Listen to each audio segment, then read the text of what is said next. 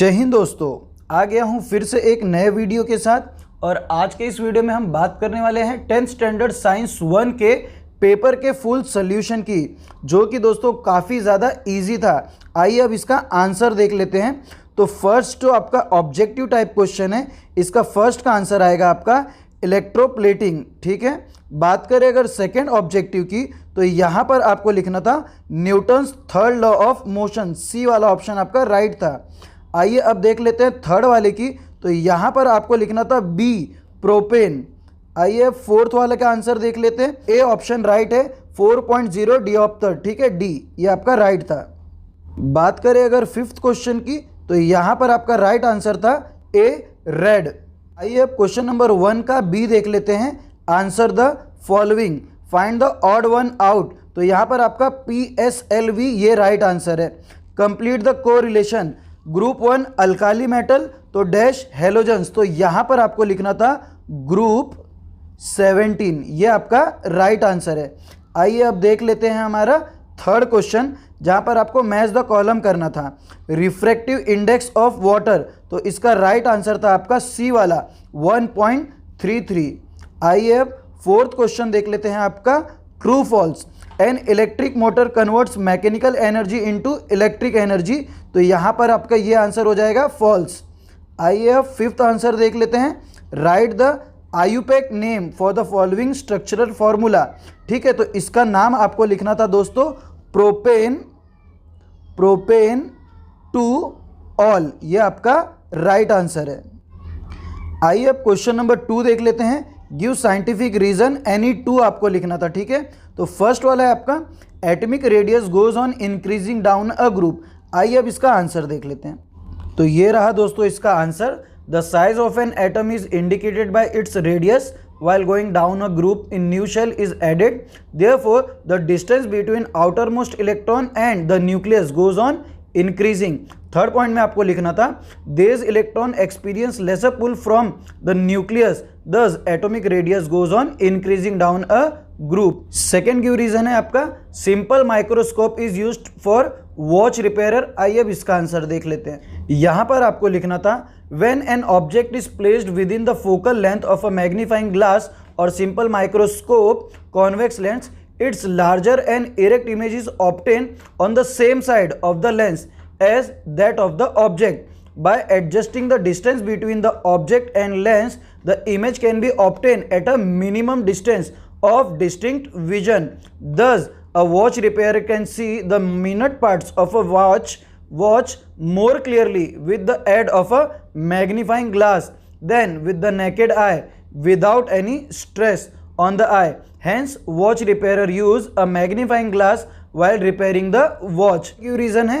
It is recommended to use airtight container for storing oil for a long time. आइए इसका answer देख लेते हैं। If edible oil is allowed to stand for a long time, it undergoes air oxidation and it becomes rancid and its smell and taste changes. ठीक है, फिर आपको लिखना था सेकेंड पॉइंट में rancidity in the food stuff cooked in oil or ghee is prevented by using antioxidant. The process of oxidation reaction of food stuff can also be slowed down by storing it in airtight container. Therefore, it is recommended to use airtight container for storing oil for a long time. ये आपका third का answer था। बात करें अगर question number 2 के B की, तो यहां पर दोस्तों आपको 5 क्वेश्चन दिए थे, जिनमें से आपको 3 करने थे। फर्स्ट क्वेश्चन है an object take 5 second to reach the ground from a height of 5 metre on a planet, what is the value of g on the planet. तो इसका आंसर दोस्तों ये रहा। इनिशियल वेलोसिटी लिखनी थी आपको 0 मीटर पर सेकेंड, फिर S लिखना था 5 metre, t 5 second, g is equal to question mark. आपको एस का फॉर्मूला लगाकर ये इसका फाइनल आंसर निकालना था। और फाइनली आपको लिखना था g is equal to 0.4 metre per second square. ठीक है, ऑन द प्लैनेट। ये आपका फाइनल आंसर है। सेकेंड क्वेश्चन आपका आया था ड्रॉ अ नीट लेवल डायग्राम ऑफ होप्स एपेरेटस। तो इसका आंसर ये रहा उसका आंसर, आप लोग देख सकते हो। ठीक है, अगर थर्ड क्वेश्चन की state the law of refraction of light. तो आइए इसका आंसर देख लेते हैं। ये रहा आपका आंसर, जहां पर आपको इसको 2 पॉइंट में लिख देना था। ठीक है, फोर्थ क्वेश्चन में आपसे पूछा था name the main ore of aluminium और बी में आपसे पूछा था what impurities are present in the aluminium ore.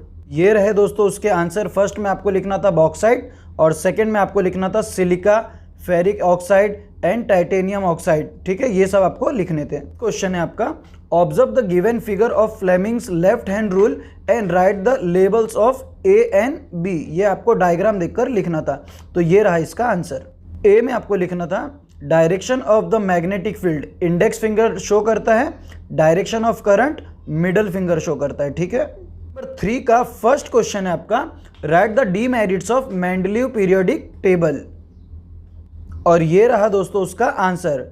ये रहा आपका फर्स्ट पॉइंट, ये आपका सेकंड पॉइंट और यहाँ पर आपको लिखना था थर्ड एंड फोर्थ पॉइंट। ठीक है, ये रहा आपका आंसर। बात करें अगर सेकंड क्वेश्चन की, state the law related to the given diagram. तो यहाँ पर आपको केपलर के 3 लॉ लिखने थे। ये रहा दोस्तों आपका Kepler's first law, Kepler's second law और यहाँ पर आप लोग देख सकते हो केपलर्स थर्ड लॉ। ठीक है, बात करें अगर थर्ड क्वेश्चन की, तो यहाँ पर लिखा था identify the type of chemical reaction. First, second, third 3 आपको रिएक्शन दिए थे, आपको उन्हें आइडेंटिफाई करना था। तो दोस्तों फर्स्ट वाले में आपको लिखना था डिस्प्लेसमेंट रिएक्शन, सेकेंड वाले में आपको लिखना था कॉम्बिनेशन रिएक्शन और थर्ड वाले में लिखना था डीकम्पोजिशन रिएक्शन। ठीक है, ये रहा आपका आंसर। आपको लिखना था absolute refractive index is equal to speed of light in a medium upon speed of a light in a vacuum. आपको वैल्यू लिख के उसको डिवाइड कर देना था। आपका आंसर आ जाएगा 2 मीटर पर सेकेंड। ठीक है, फाइनल आंसर भी आपको लिख देना था। क्वेश्चन नंबर 5 में आपको हीट चैप्टर का एक पैराग्राफ दिया है और उसके बेस पर आपको 3 क्वेश्चन पूछे गए थे। ठीक है, आइए इन तीनों का आंसर देख लेते हैं। फर्स्ट क्वेश्चन है heat is transfer from where to where. तो इसमें आपको लिखना था heat is transfer from hot object to a cold object. Second question था which principle do we learn about from this process. तो आपको आंसर में लिखना था this process shows the principle of heat exchange. बात करें अगर थर्ड क्वेश्चन की, तो उसमें आपसे पूछा था how will you state the principle briefly. तो आपको आंसर में लिखना था in this process the cold object gains heat energy and the hot object loses the energy. If a system of 2 object is isolated from the surrounding heat energy lost by the hot object is equal to heat energy gain by the cold object. ये आपको लिखना था। अगर question number 6 की, तो complete the following table for a convex lens.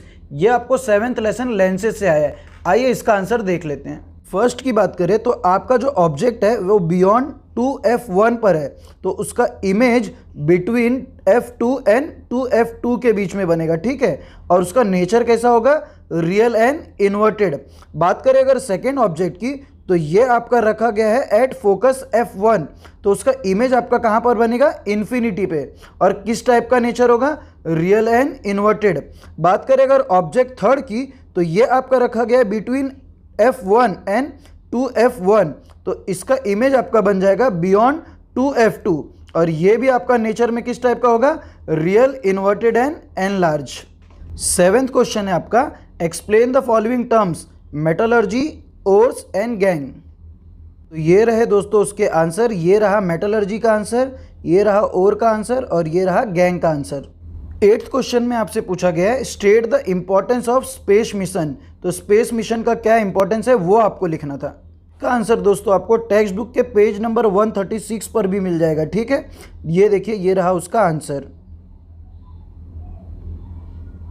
ये रहा space mission का इंपॉर्टेंस। क्वेश्चन नंबर 4 के फर्स्ट की, तो यहाँ पर आपको इलेक्ट्रिक जनरेटर का डायग्राम दिया गया है और आपसे उसके नीचे 4 क्वेश्चन पूछे गए हैं। ठीक है, आइए अब इसका आंसर देख लेते हैं। फर्स्ट क्वेश्चन था आपका आइडेंटिफाई द अबव डायग्राम। तो आपको लिखना था electric generator on which the above appliance work. तो आपको इसका आंसर लिखना था फ्लेमिंग्स राइट हैंड रूल। अब थर्ड वाले में आपसे लिखा था right the working of the above appliance, तो उसका ये रहा आपका आंसर। और जो आपका डी क्वेश्चन है उसमें आपसे पूछा था right the use of the above appliance, कि इसका आप कहाँ कहाँ यूज़ करते हो। तो आपको लिखना था in electric motor, in domestic appliance such as mixer, blender, refrigerator, washing machine. ठीक है, ये सब इसके आंसर थे। सेकेंड क्वेश्चन की तो लिखा identify saturated and unsaturated hydrocarbon from the given structural formula. फिर लिखा था draw electron dot structure for 1 and 2। फिर सेकेंड में लिखा था डिफाइन होमोलोगस सीरीज। आइए अब इसका आंसर देख लेते हैं। तो दोस्तों फर्स्ट वाले में आपको लिखना था सैचुरेटेड हाइड्रोकार्बन और सेकेंड वाले में अनसैचुरेटेड हाइड्रोकार्बन। ये रहा आपका ड्रॉ इलेक्ट्रॉन डॉट स्ट्रक्चर का आंसर, आप देख सकते हो। और थर्ड जो आपका क्वेश्चन पूछा था डिफाइन होमोलोगस सीरीज, तो उसका आंसर भी आप लोग देख सकते हो। दोस्तों उम्मीद करता हूं कि ये वीडियो आपको बहुत पसंद आया होगा।